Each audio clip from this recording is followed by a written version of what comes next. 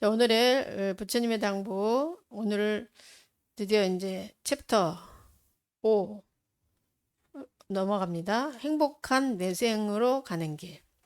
자, 행복한 내생이 되려면은 우리가 어떤 수행을 하고 어떤 마음가짐으로 살아야 하는지 오늘 살펴보게 됩니다. 여러분들의 다음 생이 아름다웠으면 좋겠죠. 예, 이 생에 겪는 고통을 겪지 않고 지혜가 총명하고 자비가 충만한 그런 내 자신이 되면 좋겠죠. 예. 그럼 어떻게 해야지 되는지에 대해서 살펴봅니다. 자, 먼저 253쪽 5챕터를 들어가기 앞서서 이 전체적인 내용이 어떤 것인지를 먼저 이제 살펴보고 들어가겠습니다. 자, 253쪽 시작합니다. 같이 읽겠습니다. 부처님은 구도의 여정에 대해 이야기하시면서도 성도 직후 세상을 바라보니 중생들이 연못에서 갖가지로 자라는 연꽃과 같았다고 말씀하셨다. 수면 가까이 꽃을 피운 연꽃처럼 어떤 중생들은 출세관법을 듣기만 하여도 깨달을 수 있지만 대부분의 사람들은 물속에 잠긴 연꽃과 같다고 하셨다. 이 연꽃들은 물속에서 햇빛을 받아 생명을 유지하면서 점차 수면 밖으로 나와 꽃을 피워야 한다. 마찬가지로 부처님의 가르침을 듣고 믿음을 낸 무수한 사람들은 법의 밝은 기운을 받아 선한 자질들을 길러서 직접 깨달음을 체험할 수 있을 만큼 마음을 성숙시켜야 한다. 이러한 과정은 대개 많은 생이 걸리기 때문에 마음 수행을 할 때는 장기적인 안목을 갖추어야 한다. 해탈을 위해 계속 수행하는 동시에 불행한 곳에 다시 태어나서는 안 되고 경제적 풍요, 행복, 수행을 이어갈 수 있는 기회가 주어지는 곳에서 연속적으로 태어나야 한다. 법을 수행할 수 있는 유리한 조건들은 복덕을 쌓아야 얻을 수 있다. 빨리어 뿐냐를 번역한 복덕이라는 말은 윤회계에서 이로운 결과를 가져오는 선한 행동의 힘을 말한다. 불교에서는 다양한 중생계가 존재하는 이 우주를 물리, 생물, 심리, 윤리 등 모든 측면에서 지배하는 불변의 법칙이 있다고 본다. 중생이 하나의 중생계에서 다른 중생계로 옮겨가는 과정도 마찬가지로 법칙을 따른다. 이 법칙은 두 가지 원리로 작동한다.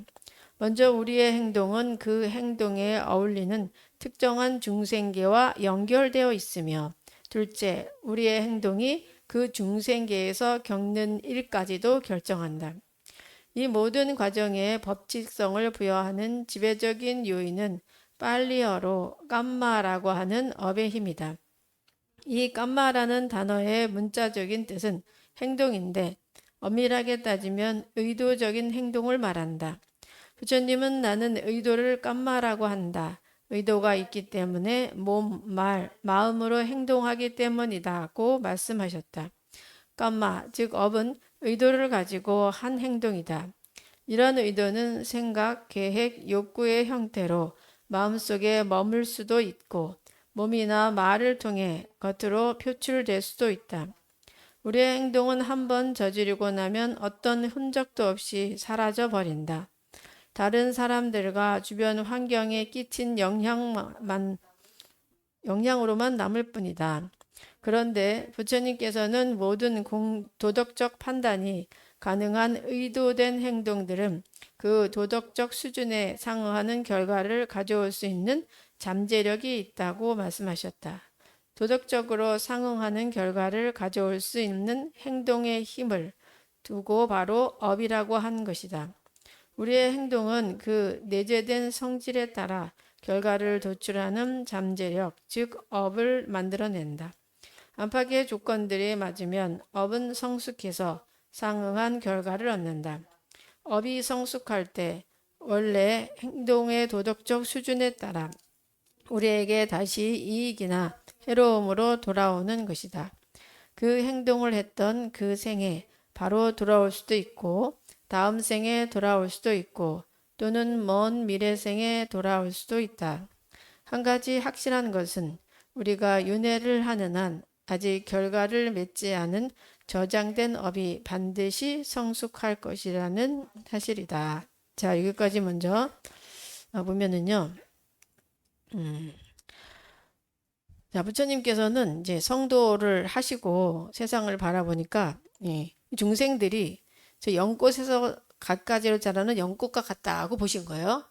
그러니까 연꽃을 보면은 그 연꽃이 그 밑에 물 밑에 있는 그죠? 에서 자라오는 연꽃도 있고 또 물 아주 가까이에서 이제 필력하는 연꽃도 있고 아주 다양한 형태로 중생들이 그렇게 있구나. 그래서 이제 법문을 한번 딱 듣고 곧바로 싹 피는 그죠? 그런 사람들도 있잖아요. 우연히 어떤 법회 가서 어떤 스님의 법문을 들었는데 갑자기 의식이 확 깨어나면서 세상이 달리 보이는 그죠? 내 업이 완전히 열리는 그런 가피를 받아서 완전히 다른 세상을 사는 그런 사람들도 있잖아요. 근데 많은 경우는 그 물속에 잠겨져 있는 연꽃처럼 연꽃은 연꽃인데 저 밑에 잠겨 있어가지고 물 위로 떠오르려면 아주 시간이 많이 걸리는 그런 거죠. 그래서 이것은 이 생에서 끝나는 게 아니라 아주 오랜 시간이 걸리는 거죠. 수행이라는 것이 이 생에서가 아니라 다음 생 또 그 다음 생으로 연결이 되고 지금의 나의 어떤 생각 또 행동, 마음가짐 이런 것이 이 생에서만 만들어진 게 아니라 그 전생에서부터 수행한 결과로서 지금 내가 하고 있는 거죠.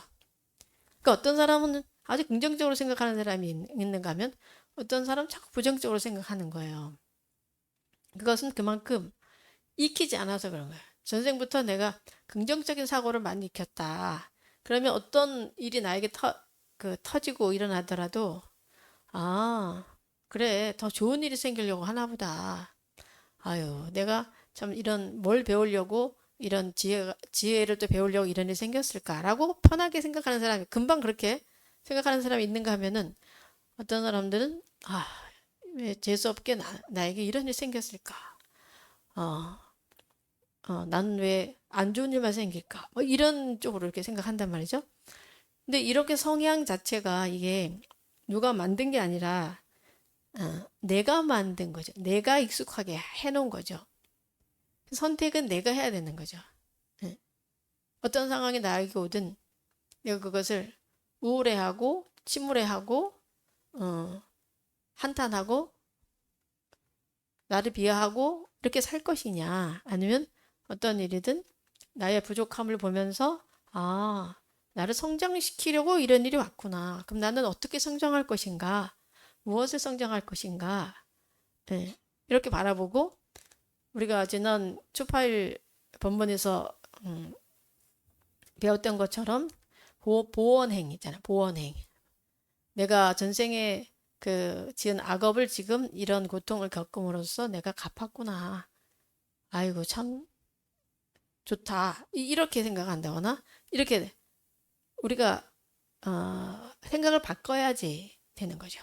근데 이것은 내가 하는 거지 그 누가 대신 해줄 수 있는 게 아니라는 거예요. 근데 그 또한 이런 긍정적인 사고를 하는 것 또한 어떻게 했냐? 선행을 많이 해야지 되는 거야. 공덕을 많이 지어야만 이런 그 좋은 생각들이 나와서 금방금방 내가 이렇게 회양을 하고 나로 돌아갈 수가 있는 거지. 내가 선행을 많이 하지 않고 악행을 많이 했다면은 그 에너지, 악행의 에너지에 의해서 나 또한 내 자신에 대해서 나쁜 쪽으로 그렇게 생각을 할 수밖에 없고 그게 이제 업이 된다는 거예요. 그래서 이제 선한 자질을 길러야만 깨달음으로 갈 수가 있는 만큼의 마음을 성숙시킬 수 있다는 거죠. 자, 그래서 해탈을 위해 계속 수행하는 동시에 불행한 곳에 다시 태어나서는 안 되고 경제적 풍요, 행복, 수행을 이어갈 수 있는 기회가 주어지는 곳에서 연속적으로 태어나야 된다. 그러니까 결국은 이 수행을 이어갈 수 있는 기회가 주어지는 곳은 어디예요? 인간. 지옥, 악의, 축생은 업을 받는 곳이에요. 그래서 그곳에 가면은 수행을 지속적으로 할 수 있는 게 아니라 업 받느냐고 바빠요. 업 받느냐고. 고통을 막 받고 막 이렇게 하지만 이제 인간으로 태어났을 때는 내가 그것을 내 의지대로 바꿀 수 있으니까, 내 마음대로 바꿀 수 있으니까 그게 이제 가능은 한데, 사람들이 인간의 몸을 받아서 내가 수행을 해야 되는데 수행을 해야 되겠다는 생각을 하는 사람이 그렇게 많지가 않죠. 예. 그냥 되는 대로 사는 경우, 즐기면서 그냥 살자 하는 경우도 많지만, 우리가 이제 내가 이 세상에 인간의 몸을 받은 것은 수행을 해서 나를 좀 더 청정하고 지혜롭고 완성되는 그런 인격체로 만들기 위해서 나는 왔구나라고 내가 인식을 한다면은 어떤 상황이든 내 자신이 좀 더 성숙하는 쪽으로 생각을 돌리고 또 행동을 할 수가 있는 거죠. 자, 그래서 이 법을 수행할 수 있는 유리한 조건, 이런 뭐예요? 복덕을 쌓아야만 얻을 수 있다는 거예요. 예.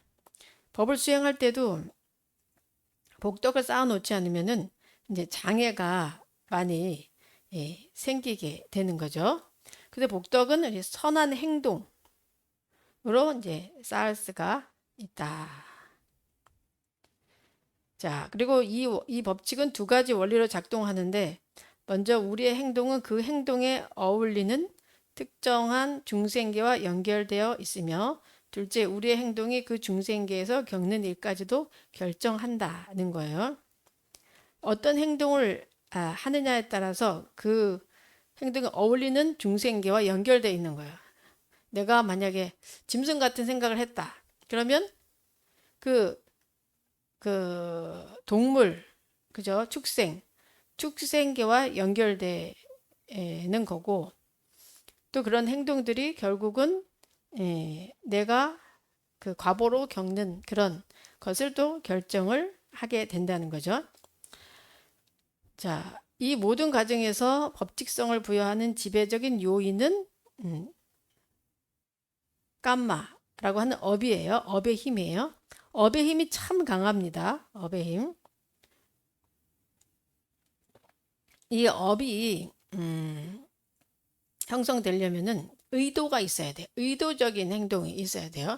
그러니까 그게 어떤 의도든, 내 마음으로만 일으키는 의도든 아니면 내가 이 행동으로 하든 말로 하든 거기에 의도가 들어갔을 때 이제 이게 업이 되면서 이것이 내 내면에 이렇게 자연스럽게 쌓이면서 나라는 사람이 형성이 되죠. 그래서 업은 의도를 가지고 한 행동이다. 이런 의도는 생각, 계획, 욕구의 형태로 마음속에 머무를 수도 있고 몸이나 말을 통해 겉으로 표출될 수도 있다. 이 의도가 굉장히 그래서 중요한 거예요. 이런 의도가 우리 생각 속에 있죠. 그리고 그 의도, 욕구의 형태로 있는 것이 뭔가 말로 또 드러나죠. 생각이 바로 이제 말로 행으로 드러나는 거죠. 그래서 의도라는 게 굉장히 중요해요.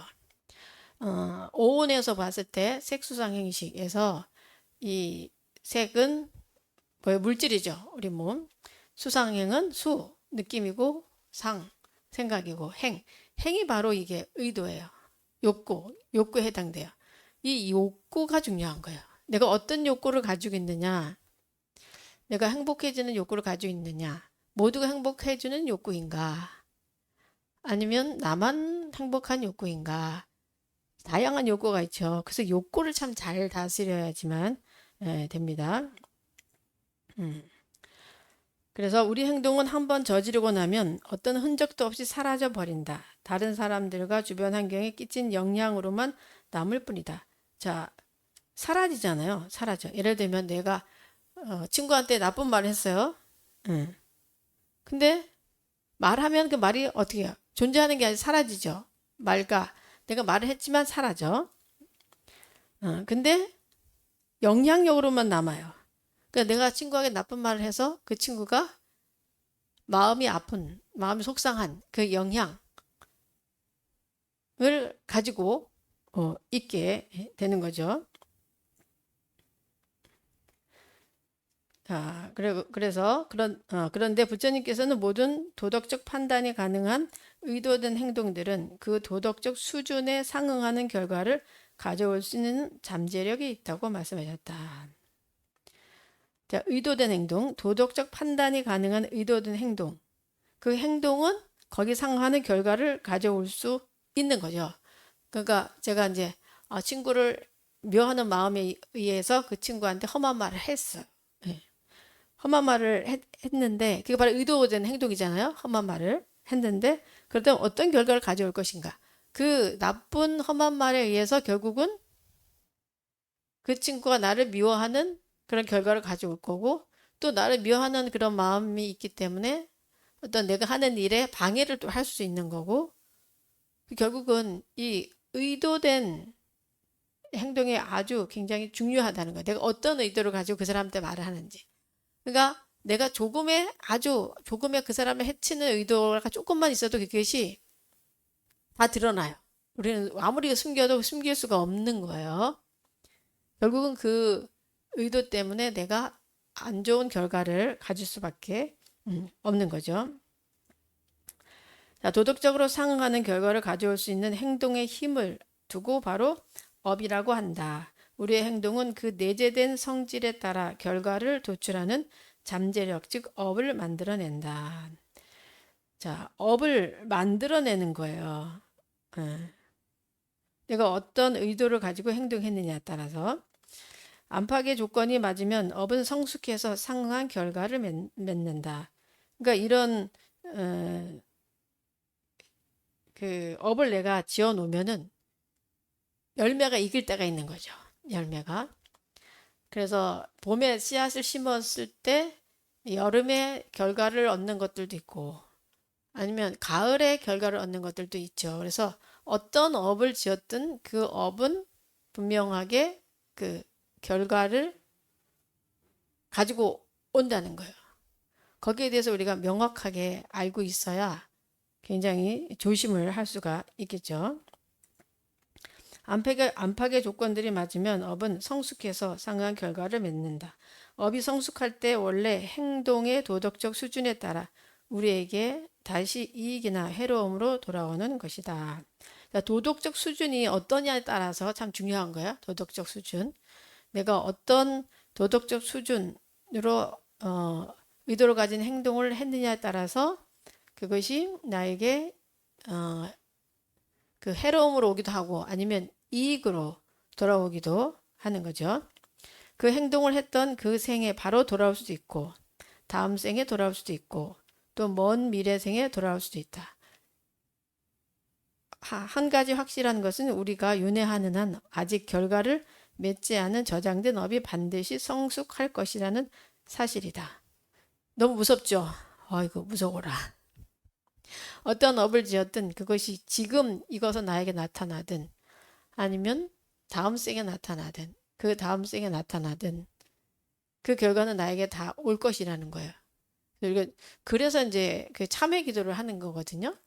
알게 모르게 지은 보살 너무 추운 것 같아. 이거 좀 저기 줄여주세요. 네. 춥지 않아요? 수진아 보살님? 여기 있어 여기. 네.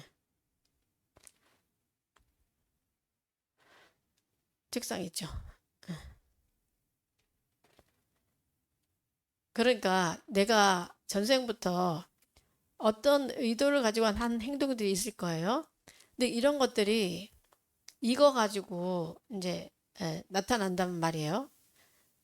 그래서 우리가 만나는 그 나쁜 결과들을 한탄하고 있지 말고, 예, 아, 내가 어떤 나쁜 의도된 행동을 했지라고 먼저 돌이켜보고, 돌이켜본 다음에 그것이 내가 이 생에서 한 게 아니다 싶으면은, 아, 내가 아마도 전생에서 이런 의도를 가지고 그 사람을 그런 어떤 어리석은 행을 해서 이것이 지금 나에게 왔나 보다라고 일단 알아차려야 되고, 그래서 주기적으로 그 참회 기도를 하는 것이 그래서 아주 중요한 거죠. 내가 알게 모르게 지은 그런 업을 참회합니다 하고 내가 이렇게 할 때 그 나의 의도들이 조금씩 이제 그 약해지면서 그 결과를 가져오더라도 그 결과가 아주 정말 큰 결과보다는 조금 더 작은 그런 이제 결과로 가져올 수 있게 되죠. 그래서 우리 그 보원행처럼 어떤 결과가 왔을 때 나쁜 결과가 왔을 때는 아 나의 업이 다 소멸됐구나 하고 아주 즐거워 하는 거예요. 그러면서 더 선업을 지으려고 이제 노력을 해야지 됩니다. 자, 그러면 우리 267쪽 인과의 법칙에 대해서 같이 또 읽어보겠습니다. 255는 앞에 한 다음에 뒤에 한 다음에 하면 돼요.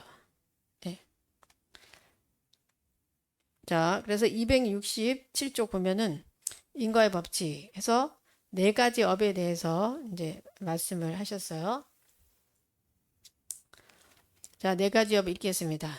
비구들이여 나는 네 가지 종류의 업을 최상의 지혜로 꿰뚫어 알아 널리 밝혔으니 이 네 가지는 무엇인가? 어두운 업은 그 과보도 어둡다. 밝은 업은 그 과보도 밝다. 어둡고 밝은 업은 그 과보도 어둡고 밝다. 어둡지도 밝지도 않은 업은 그 과보가 어둡지도 밝지도 않으며 업의 소멸로 이어진다. 비구들이여 어두운 과보를 낳는 어두운 업은 무엇인가? 어떤 이가 몸과 말과 마음으로 해로운 의도를 일으켰다면 그 때문에 해로운 세계가 다시 태어난다. 해로운 세계에 태어나면 해로운 접촉을 하게 되고 해로운 접촉을 하게 되면 해롭고 끔찍한 고통을 경험하게 된다. 지옥의 중생들이 그 예이다. 이를 어두운 과보를 낳는 어두운 업이라고 한다. 비구들이여 밝은 과보를 낳는 밝은 업은 무엇인가?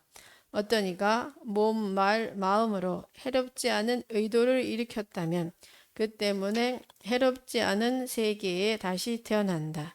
해롭지 않은 세계에 태어나면 해롭지 않은 접촉을 하게 되고 해롭지 않은 접촉을 하게 되면 해롭지 않은 지극히 즐거운 경험을 하게 된다.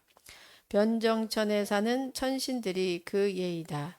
이를 밝은 과보를 낳는 밝은 업이라고 한다. 비구들이여 어둡고 밝은 과보를 낳는 어둡고 밝은 업은 무엇인가? 어떤 이가 몸, 말, 마음으로 해로운 의도를 일으키기도 하고 해롭지 않은 의도를 일으키기도 했다면 그 때문에 해롭기도 하고 해롭지도 않은 세계에 다시 태어난다.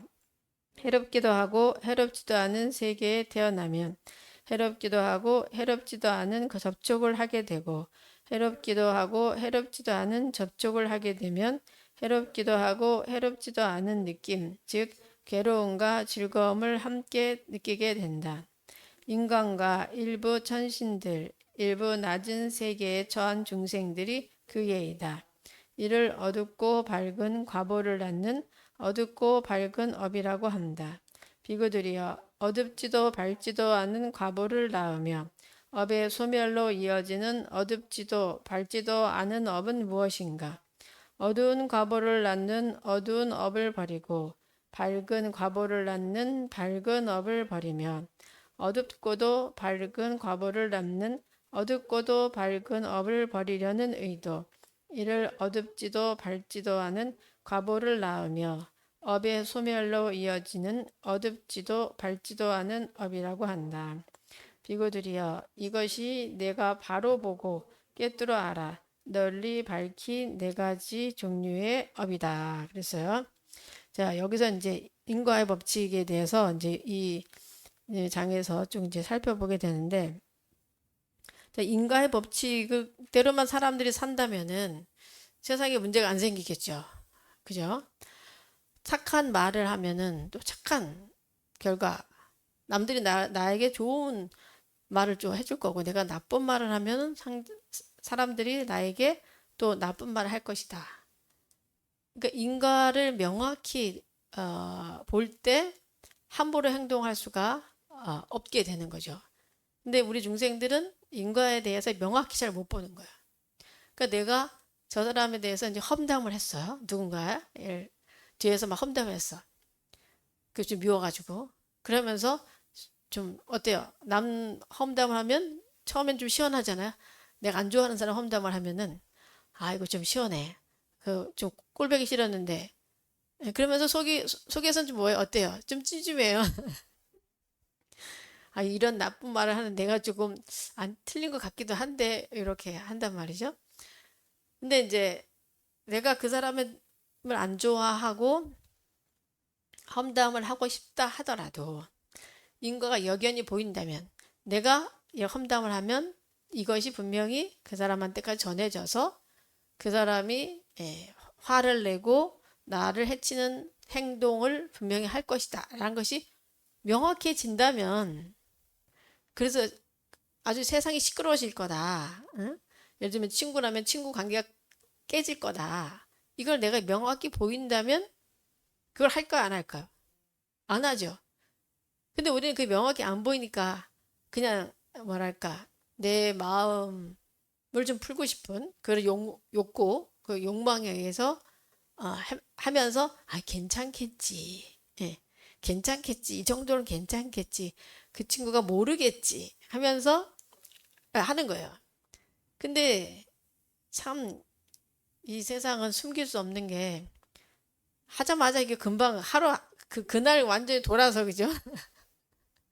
그날 돌아가지고 눈덩이처럼 또 이게 커져가지고 나한테 막 와가지고 나의 등을 막 때리는 이런 상황이 처해져요. 근데 벌써 엎어진 물이야. 내가 내 말을 뱉었기 때문에 어쩔 수 없잖아요. 그러면 또 지혜로운 사람이라면 내가 참 잘못했네. 그래서 뭐 친구가 너 나한테 이렇게 나쁜 말 하냐? 그렇게 하면 아이고 내가 미안해. 사실은 이렇게 그랬다 하고 딱 인정하면 되는데 또 인정을 또 안 하는 사람들이 대부분이에요. 응. 아니 그게 왜 나쁜 말이냐? 응. 그리고 그걸 누가 전했냐? 하면서 이제 그 사람을 또 더 탓하고 이렇게 하면은 마음 상한 사람은 더 몇 배로 더 마음이 상해요. 응. 그리고 인정만 하면 사실 그냥 넘어가는데 인정 안 하고 변명을 한다거나 그러면은 그게 사실은 그 사람의 의도가 있었기 때문에 조금은 나쁜 의도가 있었기 때문에 그 나쁜 그 영향력이 벌써 퍼져 있어 사람들 다 알아 그 의도를. 근데 스스로는 그거를 숨겼다고 생각을 하지만 결국은 그게 숨긴 게 아니잖아요. 그래서 이게 인정한다는 것 자체가 굉장히 힘든 것 같아요. 근데 인정할 수 있는 사람은 굉장히 정말 수행이 된 거고, 수행이 익어가는 거고, 지옥이 끊어지는 거지. 지옥이 다 끊어지는데 그걸 잘 못해, 우리가. 참 어려운 부분이에요. 내 잘못을 인정한다는 게. 근데 이 또한 인과를 명확히 모르기 때문에 인정을 잘 안 하는 거죠. 내가 이것을 인정 안 했을 때 그것이 어떤 파장을 일으키며 얼마나 또, 그 주변 사람들을 힘들게 하고 아주 많은 안 좋은 영향을 미칠지. 그게 안 보이니까 그냥 뭐 내가 이렇게 변명을 하는 걸로 뭐 끝나겠지. 이제 이렇게 된다는 거죠. 이게 이제 우리들 이제 삶이긴 한데, 아, 살면서 실수는 할 수 있죠. 실수를 할 수 있는데 그것을 좀 정확하게 인정하려고 좀 노력을 하고, 그리고 그거를 안 하려고 노력을 하는 이런 노력을 하지 않으면은 이 업은 그냥 그대로 흘러가는 거죠. 그래서 주변이 점점 어두워지고 사람들이 없어지고 사라지고 이제 외톨이가 되고 그러면서 왜 나는 사람들이 나를 사랑하지 않냐. 이게 이렇게 되는 거죠.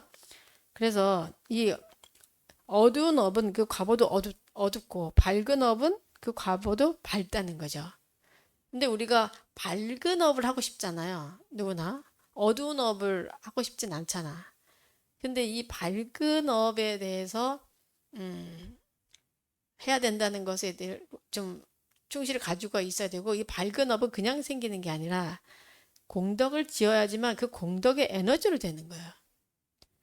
항상 남한테 칭찬한다거나 감사한다거나 이런 마음이 있고 그런 말을 한다면은 이것이 공덕이 돼서, 그죠? 내가 밝은 업을 짓게 돼. 근데 내 마음을 우울하게 쓰고 남을 탓하고 감사하지 않는 그런 마음을 계속 가지고 있으면은 내 속에서 나오는 것들이 그냥 어두운 업의 말, 어두운 업의 행동만 나올 수밖에 없는 거예요. 그래서 그걸 늘 알아차리고 있어야 되는 거죠. 내가 어두운 업이 나오려고 하는지 아니면 밝은 업이 나오려고 하는지를 알아차려야 되는데, 이게 이제 수행을 할 때 굉장히 중요한 부분이에요. 요 초점이 아주 중요한 거예요. 내가 어두운 업이 나오려고 할 때 그 어두운 업이 나오려고 하는구나. 그 찰나를 알아차려야 돼. 그래서 알아차는 굉장히 중요하죠. 어두운 업이 나오려고 하는구나 라고 알아차리면서 그것을 알아차리는 나의 본체의 마음으로 돌아가야 돼. 안 하려고 하는, 내가 어두운 마음이 어두운 업이 나오려고 하는구나 라고 알아차리는 그 어떤 마음이 있어요. 그 마음이 청정한 마음이죠. 예.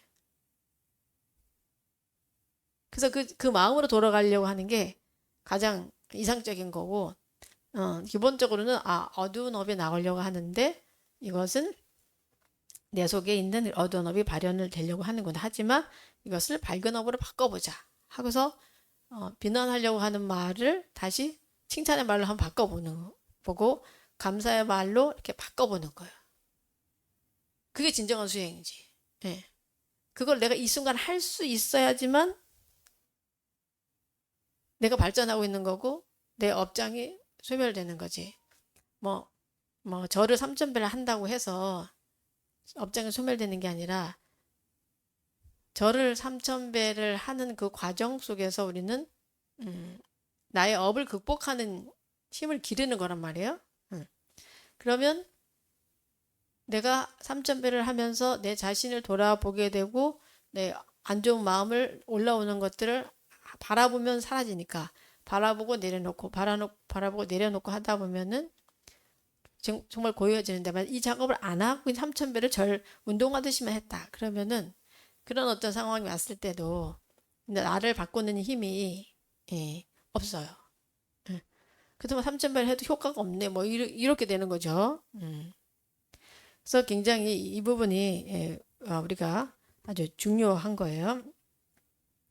근데 이런 어두운 과보를 낳는 어두운 업은 무엇인가? 그랬을 때 이 어떤 이가 몸과 말과 마음으로 해로운 의도를 일으켰다면 그 때문에 해로운 세계에 다시 태어난다.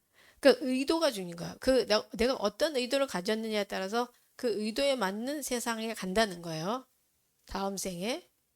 그래서 특히 이제 우리가 죽을 때가 굉장히 중요한데, 죽을 때 내가 어떤 화의 마음을 가지고 죽으면 안 되는 거야.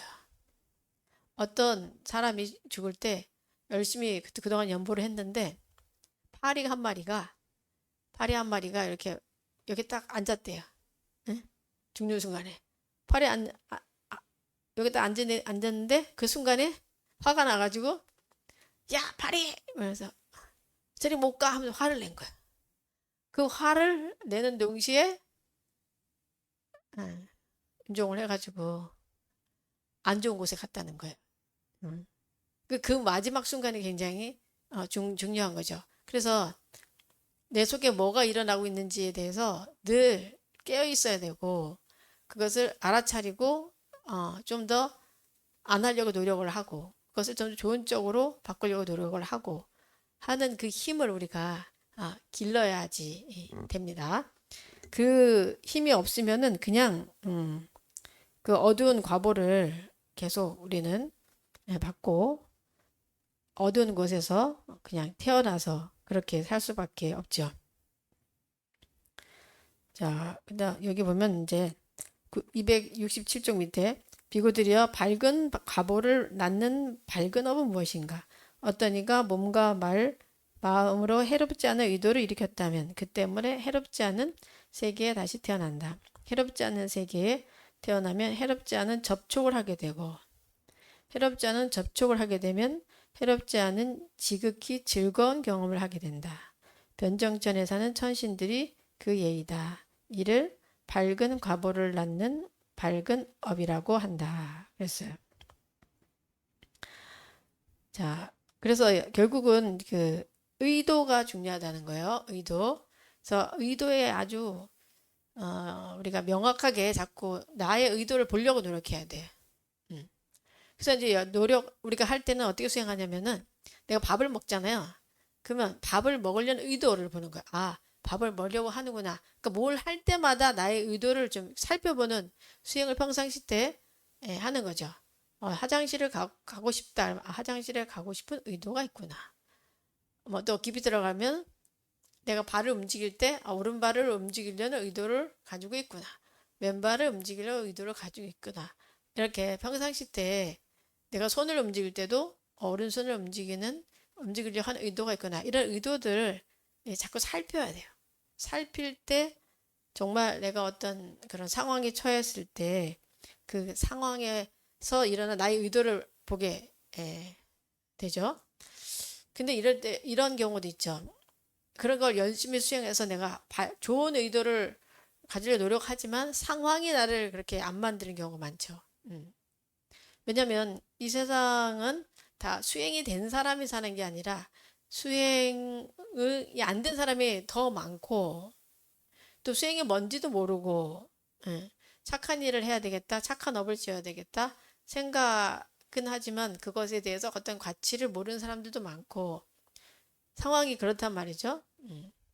그렇기 때문에 이제 제가 늘 말을 하는 것처럼 이 세상은 전쟁터. 어떤 전쟁터는 업의 전쟁터예요. 업의 전쟁터. 저 사람이 펑 쏘고 이 사람이 퐁 쏘고 그죠? 자기 가지고 있는 악업의 그 총알을 가지고 서로 쏘고 또 악업의 칼을 가지고 서로 베고 막 찌르고 막 이렇게 살고 있단 말이죠.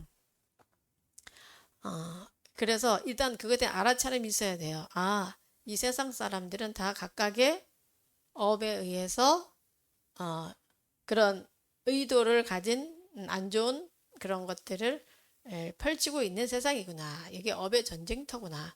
그렇다면 나는 여기서 어떻게 방어를 할 것인가. 그죠? 그래서 알아차려야 되죠. 예를 들어서 어떤 사람이 나한테 칼을 딱 쓰려고 한다. 그러면 칼이 날아오는 걸 알아차려야 되지. 그죠? 그럼 피해야 되잖아. 가만히 있으면 내가 찔리니까.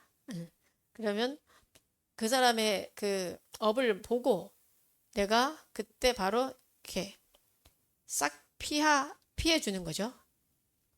거기 같이 동요를 하면은 찔리게 되는 거예요. 그 사람 업 속으로 같이 들어가 버리는 거예요. 근데 이걸 객관적으로 보는 능력이 우리에게 굉장히 필요하거든요. 근데 이제 사실 이 화엄경에서는 이런 칼을 맞지 않으려면 총을 맞지 않으려면 어떻게 해야 되냐? 자비의 갑옷을 입어야 된다. 자비의 갑옷. 자비의 갑옷을 딱 입으면은 어떤 누가 칼을 나한테 찌르든 또 총을 나에게 쏘든 내가 갑옷을 튼튼 난 갑옷을 입으면은 영향을 받지 않잖아요. 그래서 그냥 있는 모습 그대로를 보면서 아이고 참 저 사람이 업이 참 두꺼워서 저렇게 말을 험악하게 하고 행동을 험악하게 하니 참 안 됐구나. 저 사람이 참 지혜로워지고 자비로워지기를 기도해 줘야 되겠구나. 이렇게 그 마음 자체를 내가 그렇게 딱 쓸 때 그때 내가 그때 갑옷을 입게 되는 거예요. 근데 우리는 자비의 갑옷보다는 그 사람을 나를 해치려고 한 사람에 대한 미움, 성냄부터 먼저 내기 때문에 같이 상처를 입고 그 업소로 들어가서 상처투성이인 내 자신이 될 수밖에 없는 거죠. 근데 내 자신을 위해서 사실 먼저 자비의 갑옷을 입어야 돼요. 사실 이런 수행은 좀 시간이 좀 걸립니다. 걸리지만 노력을 자꾸 하셔야지 그게 됩니다. 일단 우리 가족이라 하더라도 가족 구성원들이 다 업이 있어요. 그 업을 내가 바로 보는 이런 의식을 좀 가지셔야 돼요. 우리 남편은 이런 업을 가지고 있고 우리 아들은 이런 업을 가지고 있구나. 예. 그래서 그 업이 내가 좋아하지 않는 업이더라도 그냥 그 존재 자체를 이렇게 존중하면서 저 사람도 저 업 때문에 참 힘들겠다. 저게 마음대로 안 될 텐데. 그죠? 그렇게 이렇게 봐주면서 조금씩 그래도 말할 땐 나한테 이렇게 말해주면 내가 더 행복할 것 같아. 라는 이런 말을 해가지고 조금씩 변화를 할 수 있게 해야 되지. 어떤 그 사람의 업을 내가 비난한다거나 싫어한다거나 하면은 평생 비난하고 평생 싫어하다가 결국은 지옥은 내 지옥을 내가 만들다가 그 속에서 내가 힘들다가 한평생을 마감하게 될 수밖에 없는 거죠. 그래서 자비의 갑옷을 입어야 된다. 근데 또 자비의 갑옷 또한 공덕을 많이 짓지 않으면 생기지가 않아요. 자꾸 공덕을 짓고 착한 일을 많이 해야 또 자비의 갑옷이 이렇게 생기니까 인연 따라서 자꾸 선한 행을 많이 하고 봉사를 많이 하시면은 좋겠죠. 자, 이 내용에 대해서 또 비구 보디스님이 간략하게 정리해 놓은 내용을 읽어보겠습니다. 255쪽입니다. 부처님은 윤리적 가치를 기준으로 업을 두 가지로 구분하셨다. 선한 업과 불선한 업이 그것이다. 불선한 업은 그 행위자의 수행을 저해하고 도덕적으로 질책받을 만하며 내생에 불행하게 태어나게 하고 괴로운 결과를 가져온다. 어떤 행동이 불선하다고 판단할 수 있는 기준은 내재하는 동기, 즉 그 행동이 촉발된 뿌리를 보는 것이다. 세 가지 불선한 뿌리가 있는데 욕심, 미움, 어리석음이다. 이 세 가지 뿌리에서 화, 적대감, 시기, 이기심, 자만, 우월감, 거만, 게으름 등의 아주 많은 부차적인 번뇌들이 일어난다. 뿌리가 되는 번뇌와 부차적인 번뇌에서 옳지 않은 행동이 나온다. 반면에 선한 행은 행위자의 수행에 도움이 되고 도덕적으로 칭송받을 만하며 행복과 좋은 운명을 가져온다. 선한 업의 내재적 동기는 세 가지 선한 뿌리로 욕심 없음, 미움 없음, 어리석지 않음이다. 긍정으로 표현하면 보시, 자의, 지혜를 말한다. 불선한 원인으로 촉발된 행동들은 반드시 끊임없이 생사윤회에 매여 있게 하며 선한 원인으로 촉발된 행동들은 세간과 출세간 둘로 나눌 수 있다. 세간의 선한 행동들은 윤회계에서 행복한 곳에 다시 태어나게 하고 즐거운 결과를 가져온다. 출세간의 선한 행동은 8가지 바른 길 등 37가지 깨달음에 이르는 법, 37조도품을 닦아서 형성된 업으로 윤회계에서 해탈하게 하고 깨달음을 성취하게 한다.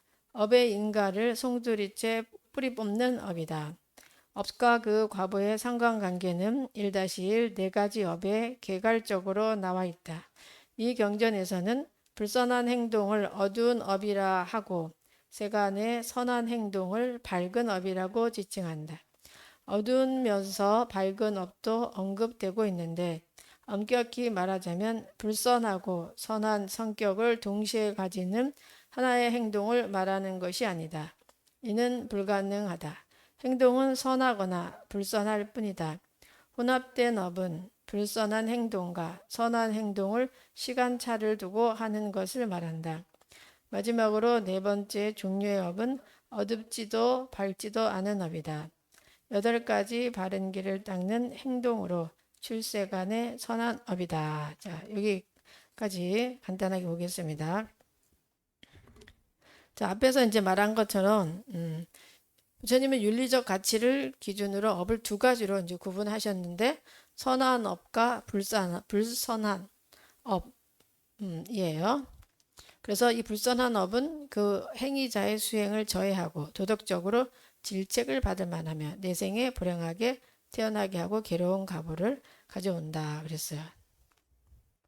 자, 불선한 업을 하면은 그 수행에 저해가 되는 게 뭐 예를 들어서 우리가 마음 수행을 하려고 할 때 누군가에게 거짓말을 하고 나면은 들킬까 봐 마음이 조마조마하잖아요.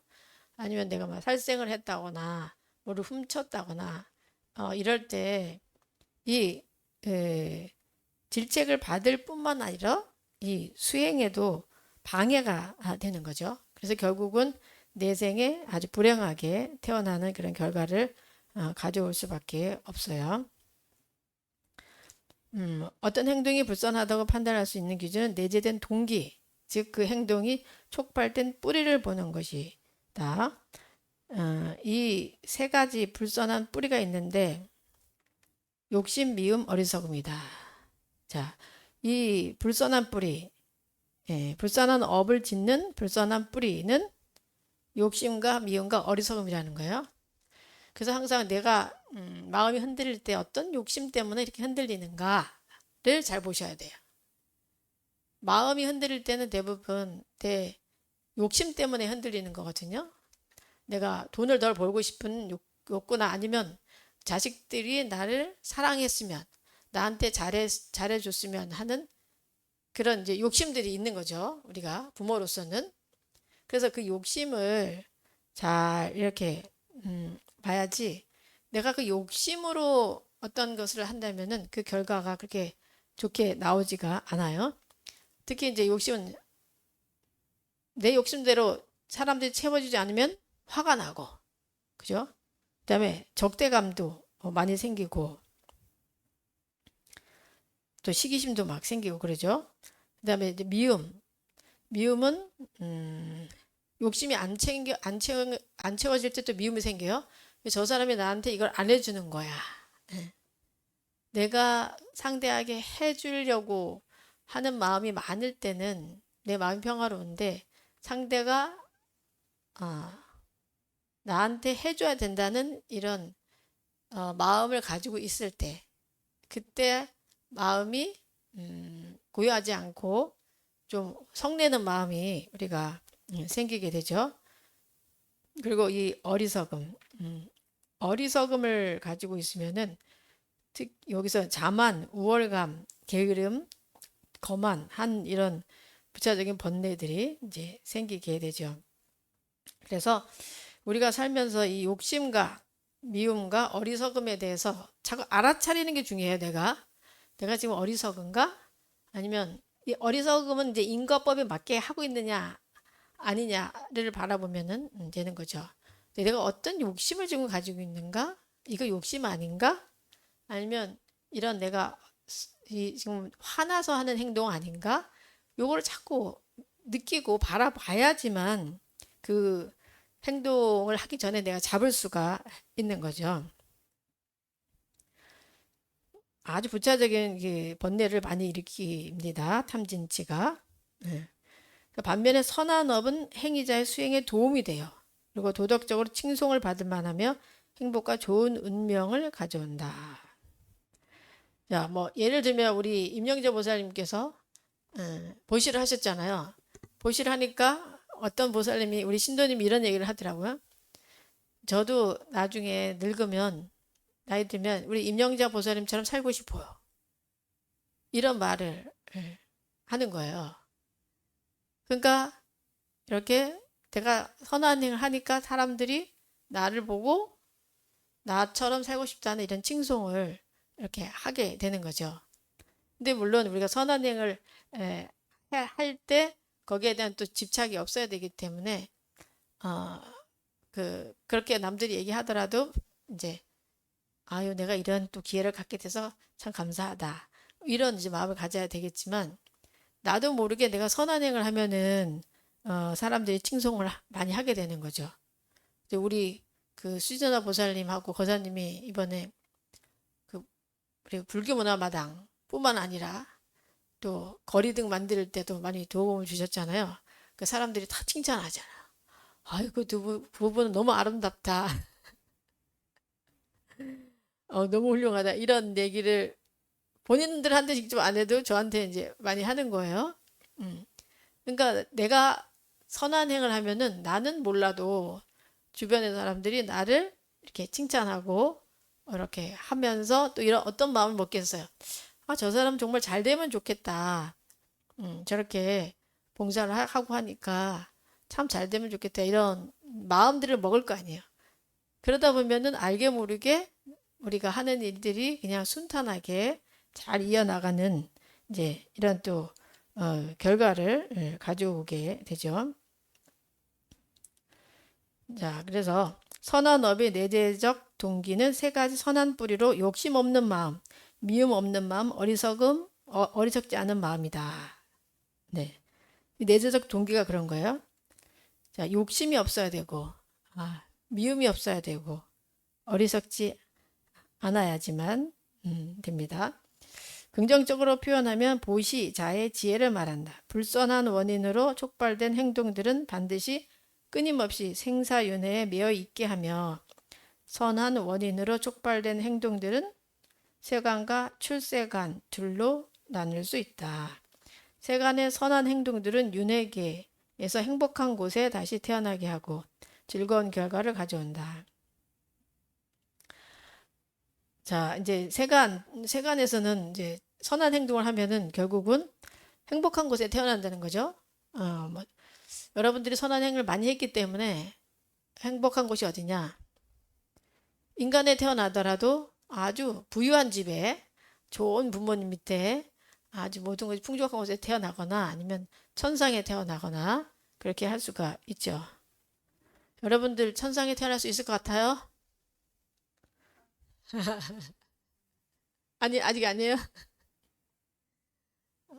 천상에 태어나도록 열심히 내가 공덕을 지어야 되겠다. 이렇게 되면 하면은 천상에 태어날 수 있죠. 근데 우리 불교에서는 사실 천상보다 그 극락세계에 태어나는 것을 더 높게 보죠. 왜냐하면 천상은 거기서 열심히 내가 착한 일 많이 해서 이제 좋은 거를 누리고 살지만 복이 다 하면 다시 인간 세상으로 내려오기 때문에 그런 거고 그 극락 세계는 이렇게 내려오는 세상이 아니라 나의 원력에 의해서만 내려올 수가 있는 거야. 아, 내가 세상에 내려가서 사람들 도와야 되겠다. 그런 원력 가졌을 때만 내려올 수 있는 거죠. 그리고 극락 세계 가면은 아미타 부처님께서 설법을 하고 계시기 때문에 내가 여기서 공부를 많이 안 했더라도 거기 가서 또 공부를 할 수가 있는 거야. 공부를 해서 안전한 깨달음을 또 얻을 수 있는 거고. 그래서 발언을 하되 천상세계를 발언하는 게 아니라 극락세계를 이제 발언을 해야 되겠죠. 그 다음에 이제 출세간의 선한 행동. 출세간의 선한 행동은 이제 뭐 출가자들 같은 경우죠. 8가지 바른 길 등 37 깨달음에 이르는 법을 닦아서 형성된 업으로 윤회기에서 해탈하고 깨달음을 성취한다. 결국은 이제 37조도품과 8정도를 잘 닦고 또 닦게 되고 해서 결국은 형성된 업에서 벗어나는 거죠. 그래서 해탈을 해서 깨달음을 얻게 되는 이런 결과를 얻게 되고 그래서 결국은 업의 인과를 송두리째 뿌리 뽑는 업이다. 그래서 이 업에 매이지 않는 그런 깨달음의 길로 갈 수가 있는 거죠. 그 업을 항상 이야기할 때 떠오르는 분이 그 목련존자잖아요. 목련존자는 부처님의 10대 제자 중에서도 신통제일이에요. 신통제일. 신통제일인데 그분이 돌아가실 때 어떻게 돌아가셨어요? 돌에 맞아서 돌아가셨어요. 근데 그분이 분명히 신통력으로 그걸 피할 수 있었지만 본인이 깨달음 얻고 보니 전생에 지은 업이 아주 안 좋은 업을 지은 게 있었기 때문에 그 돌을 다 맞았어요. 맞으면서 거기에 매이지 않았어요. 우리는 보통 누가 나를 때려서 돌을 때려서 내가 죽는다 하면 어떻게 하겠어요? 원망하겠지. 저놈, 내가 다음 생에 보자. 내가 원수를 갚으리라. 하지만 목련존자는 목건의 존자는 그 업을 다 알기 때문에 기꺼이 맞으면서 거기에 어떤 흔적도 남기지 않은 거죠. 예. 깨달은 자이기 때문에 인과를 여견히 알고 자기 어떤 그 전생의 업을 확실히 보니까 그 결과가 그렇게 났을 때 그냥 자연스럽게 그것을 이제 받아들이고 그것도 감사하면서 나를 이렇게 윤회 고리에서 벗어나게 해주니 얼마나 감사한가 하면서 그대로 이렇게 받아들이셨다는 유명한 이야기가 있잖아요. 예. 그래서 우리가 업을 보는 그 시각을 좀 더 견고하고 깊게 바라봐야지 됩니다. 내 속에 일어나는 선한 생각들 아니면 안 좋은 생각들 이런 것들이 다 내가 지금까지 익힌 결과인 거죠. 익힌 결과이기 때문에 그것에 대해서 알아차리고 또 그런 선하지 않은 그런 행동 또 마음 의도들이 나오지 않도록 스스로가 자꾸 단속을 하고 내가 전생에 지은 업이라면 기꺼이 받아들이고 잘못을 했으면 잘못을 인정하고 참회하고 이렇게 했을 때 이게 발전이 되는 거지. 그냥 원망하고 미워하고 이렇게 한다면은 그냥 이 삶이 그냥 그 자리면서 그 다음 생도 또 답답한 인생, 그죠? 답답한 인생일 수밖에 없습니다. 자, 그래서 이제 우리가 오늘 살펴본 내용들은 특히 이제 선한 업과 불선한 업에 대해서 살펴봤고 다음 생에 내 생에 정말 좋은 곳에 태어나려면은 우리가 선한 업을 많이 지어야 되고 특히 이제 업에서도 어떤 의도를 내가 가지고 있는지 잘 살펴야 된다는 거죠. 그래서 내가 아주 안 좋은 의도를 가지고 있을 수 있잖아요. 화를 내려고 할 때 보면은 그 사람 해치려고 하는 의도가 많잖아요. 그 사람 마음 아프게 하려고 하는 의도가 많잖아요. 그럼 그 의도를 내가 정확하게 보고 이 의도는 옳지 않다. 이 의도로 인해서 내게 나쁜 결과가 나쁜 과보가 분명히 올 거다. 내가 내 인생을 위해서 이것을 멈추자. 잘 안 멈춰주면은 아예 말을 안 하고 그 공간을 벗어나는 게 최고예요. 우리가 힘이 없잖아요. 힘이 없으면 그냥 얼른 속에서 나쁜 말이 나쁜 의도에서 나오려고 할 때 그냥 얼른 그곳에서 아이고 나는 가야 되겠다 하고선 떠나야 돼요. 장소를 떠나면서 그런 어떤 수행을 반복적으로 하다 보면은 나중에는 그곳에 있어도 내 나쁜 의도를 내가 잠재울 수 있는 그런 이제 힘이 되고 특히 이제 어렵다면은 그때 이제 연보를 하시는 게 제일 좋아요. 연불. 그래서 관세음보살 하면은 그 나쁜 의도의 마음이 자비로 승화가 되면서 그 나쁜 마음의 힘이 이렇게 싹 사라져요. 아니면 라마 아미타불 하면은 그 나쁜 의도는 어두움의 에너지잖아요. 근데 아미타불은 밝음의 에너지거든요. 그 밝은 빛으로서 내가 싹 쏴주는 거예요. 그러니까 그 밤의 에너지, 어둠의 에너지를 낮의 에너지, 밝은 에너지로 내가 천도를 시켜야 되겠다 해서 생각 일어나는 나쁜 의도를 내가 순간순간 천도를 해야 돼요. 아미타 연불로 아니면 관세음보살 연불로 이렇게 할 때 그 순간순간을 우리가 극락으로 만들고 순간순간을 아주 이게 그 지혜의 빛으로 만들 때 지금 이 세상을 우리가 지혜롭게 또 밝게 비추고 있는 어, 이 세상에서 밥값을 할 수 있는 밥값을 하고 사는 그런 우리들이 될 수가 있습니다. 자, 오늘을 여기까지 하고 마치고 다음 주에 또 이어서 하도록 하겠습니다. 모두 성불하십시오.